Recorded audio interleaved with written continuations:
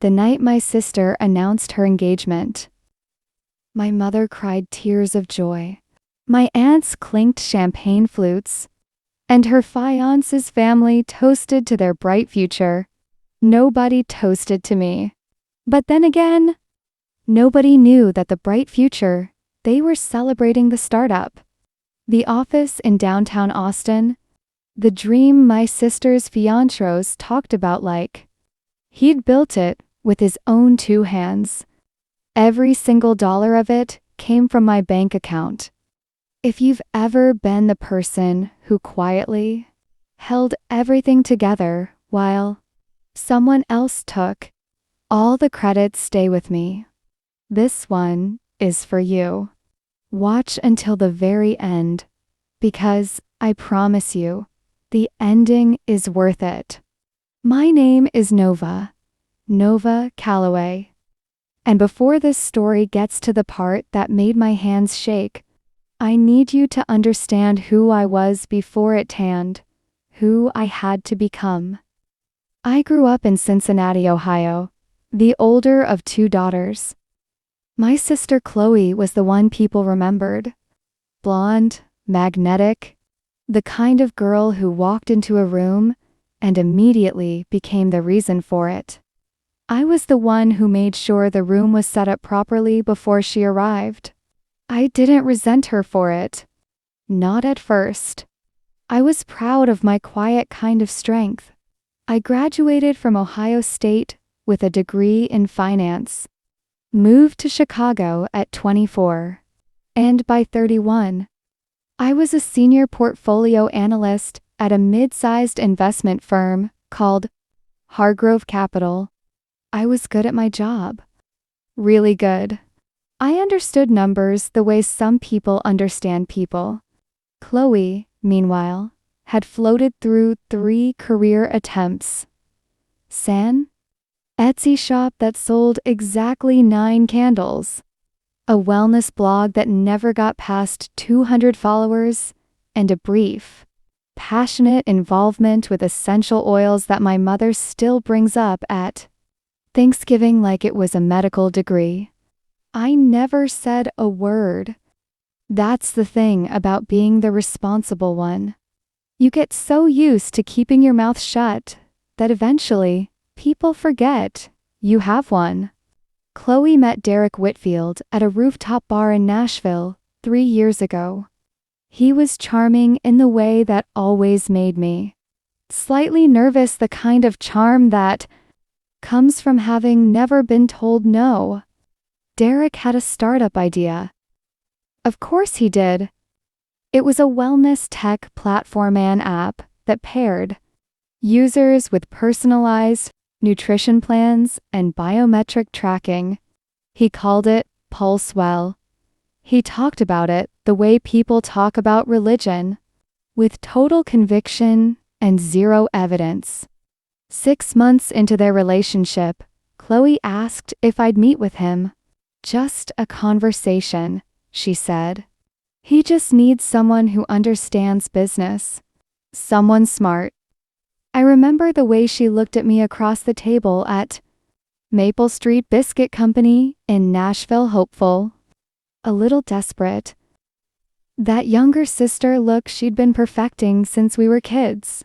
So I met with Derek.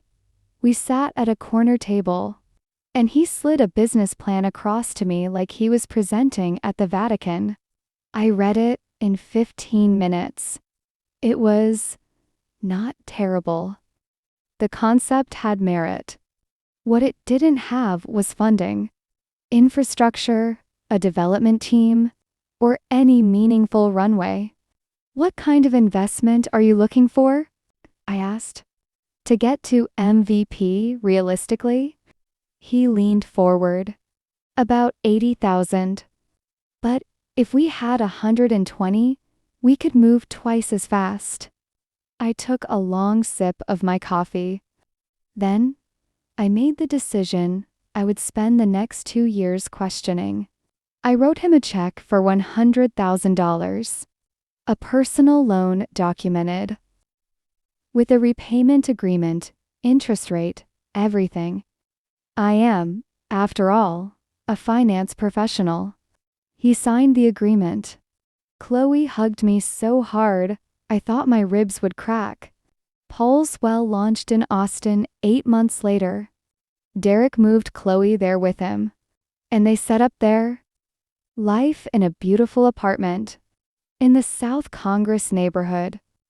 I saw photos on Instagram, the office, the team, Derek giving a talk at a local tech event.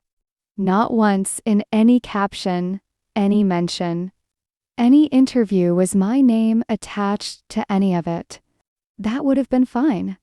I hadn't asked for credit. What I had asked for were quarterly updates and repayment beginning at month 12. The first payment never came. When I texted Derek, he said things were tight, but totally on track.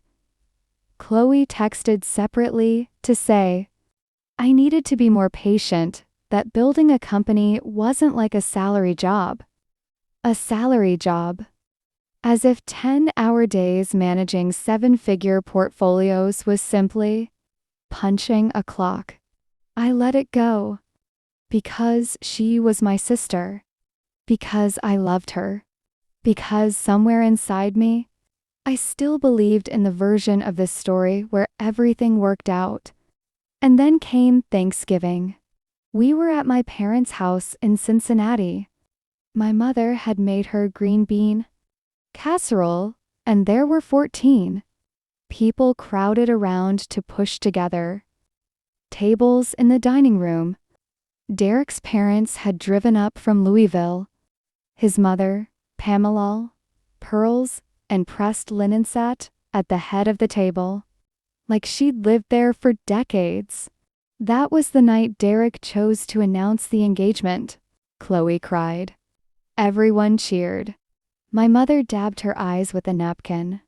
And Derek actually stood up, and gave a speech about how far he'd come, how hard he'd worked, how Paulswell was now valued at over $2 million. $2 million. On $100,000 of my money that he'd never repaid. Later, in the kitchen, I was alone with Pamela while I helped clear plates. She was rinsing a wine glass. With the measured efficiency of a woman who never touched a dish she didn't have to. So Nova, she said, not looking at me. What is it you do again? I'm a senior portfolio analyst. Investment management. She made a small sound. Not quite a laugh. More like a sigh that had gotten lost on its way to being polite. That's nice. A real 9 to 5. She set down the glass. Dirk always says, the people who really build things are the ones willing to take risks. Not everyone has that in them. She walked back out to the living room. I stood at that kitchen sink for a long moment. The water was still running. I turned it off, dried my hands slowly on a dish towel, and made a decision. If you've ever stood in a room full of time, people who dismissed you while unknowingly living off your generosity, see you. I need you to keep watching, because the next part of this story changed everything. On the Monday after Thanksgiving, I called my attorney, a woman named Sandra Okafor, one of the sharpest contract lawyers in Chicago. Sandra, I said, I need you to review a loan agreement and prepare a formal demand for repayment. With interest, per the original contract.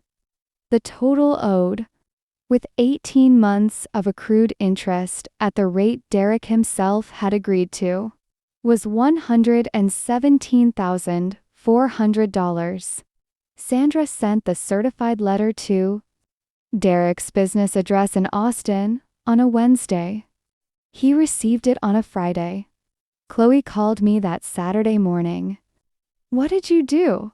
Her voice was sharp, wounded. I enforced a legal contract. Right before our engagement? Right now? You couldn't wait? Chloe. I kept my voice even. I waited 18 months. I waited through missed payments and unanswered texts and a dinner table where his mother told me I wasn't brave enough to take risks. I was very patient. There was a long silence. She said that? Chloe's voice had changed. Smaller. She did. And Derek never corrected her. He never told any of those people that his company was built on my money. Not once. Silence again. And then, very quietly, I didn't know he hadn't paid you back. I know. Derek called Sandra 3 days later. He didn't have the full amount. What he did have, he transferred within 2 weeks $60,000. A significant portion of Pulsewell's early investor reserves. The remaining $57,000 was restructured into a new repayment schedule, this time with Sandra's name on the paperwork. But here's the part nobody expected.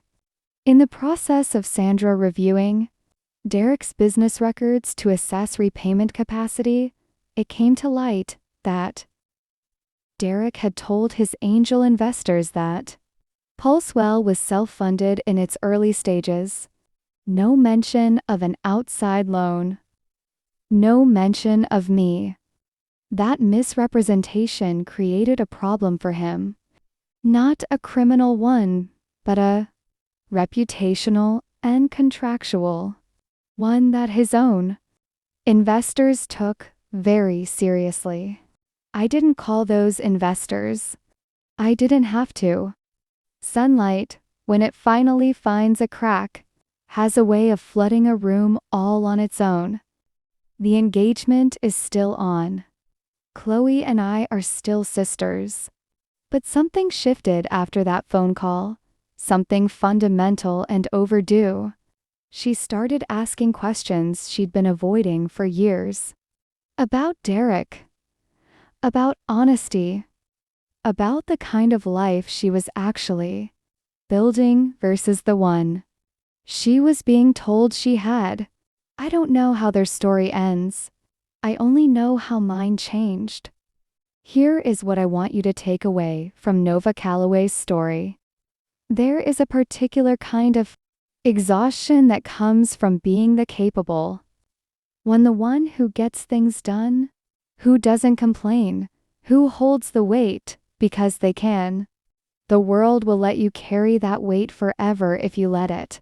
And sometimes, the people who benefit most from your strength will be the first ones to call you small. But a contract is not petty. A boundary is not an attack.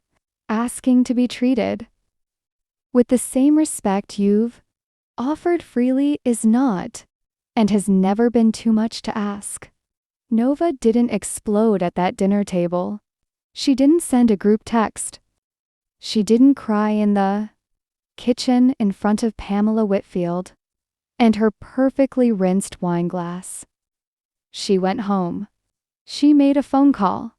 And she let the paperwork do what her voice had been too generous to do for 18 months. If this story reached something in you today, you've ever been the one funding someone else's dream while they let you fade into the background, I want you to know your patience is not weakness.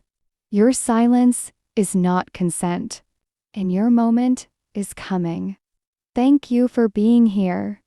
If this story moved you, hit that subscribe button and ring the bell so you never miss a story like this one. Every single week, we bring you real moments of quiet courage, silent strength, and the kind of justice that doesn't make noise, it just arrives. Leave a comment below and tell me, have you ever been Nova in someone else's story? I read every single one. Until next time, take care of yourself. You've earned it.